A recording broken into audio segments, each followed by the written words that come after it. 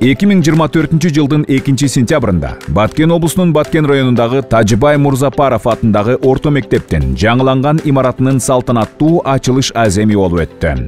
Иш-чарага Баткен районунун жетекчилиги, Арис өкүлдөрү, чакырылган коноктор, мектептин кызматкерлери жана айыл тургундары катышты. Мектепти жаңылоонун алкагында төмөнкү иштер аткарылды.